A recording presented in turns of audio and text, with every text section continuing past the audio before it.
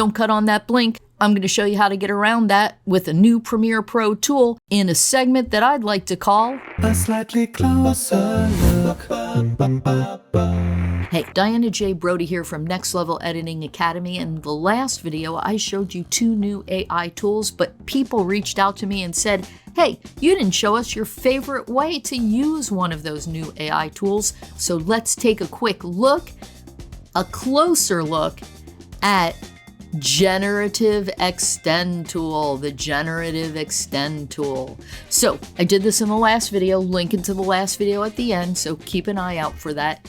But I told you, but I didn't show you in that last video because I was trying to keep it short, how I like to use this new AI tool most of all. It doesn't work in every use case, but when it does work, oh my God, chef's kiss. Let's get into it. Quickly, before we dive right into it, actually, let me just remind you that I've got lots of stuff for you guys from NLE Academy. Check out the links below. We got free PDFs. We've got classes coming up. You can grab a quick one-on-one 20-minute free consultation with me. All sorts of good stuff. Check the links down there. So I've got this clip right here in my timeline.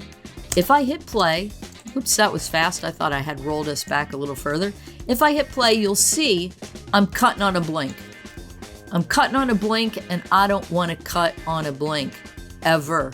I go out of my way not to. Sometimes I have even done 1 frame freeze frame just to get out of that blink. But now, guess what? Don't have to. I'm going to show you how. So with using Generative Extend, what I want to do is I want to go back to where his eyes were open. So that's sort of closing. That's all the way closed. There we go. I feel like that's good right there.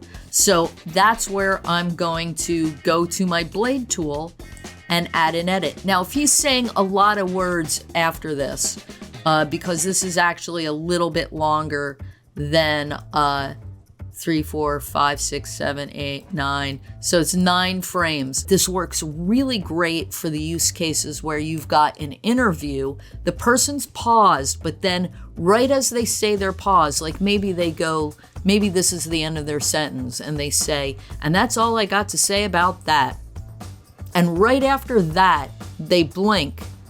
And so you can't get that cut to the next clip. So like if I cut here, let's go to here. So this will be a little bit more successful. We're looking at 3 frames now. So this is just 3 frames right here.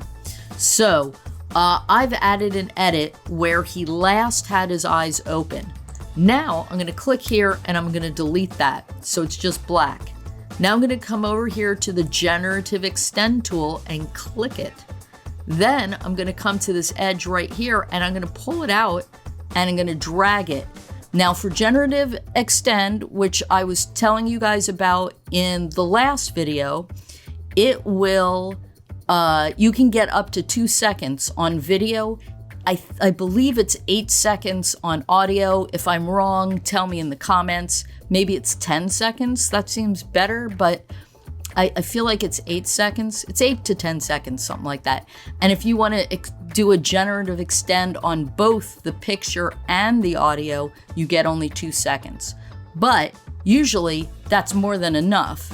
I'm usually just extending by just frames. So this is 7 frames that I'm doing the Generative Extend on.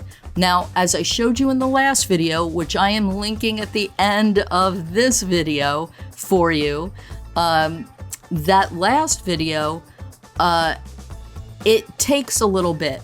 So we're gonna do a little transition here and then magically it will be ready to see, because it takes like probably about a minute. I'm guessing sometimes it takes 2, depends on how long you're making it, but I'm guessing this process will speed up as technology advances. So give me a half a second, I'll see you on the other side of this transition. And we're back. So now it's done its Generative Extend. If you remember, his eyes were closed when we went to a cut, but now watch. His eyes stayed open, and it even did a little hand motion. Even added a little hand motion, and it didn't add extra fingers.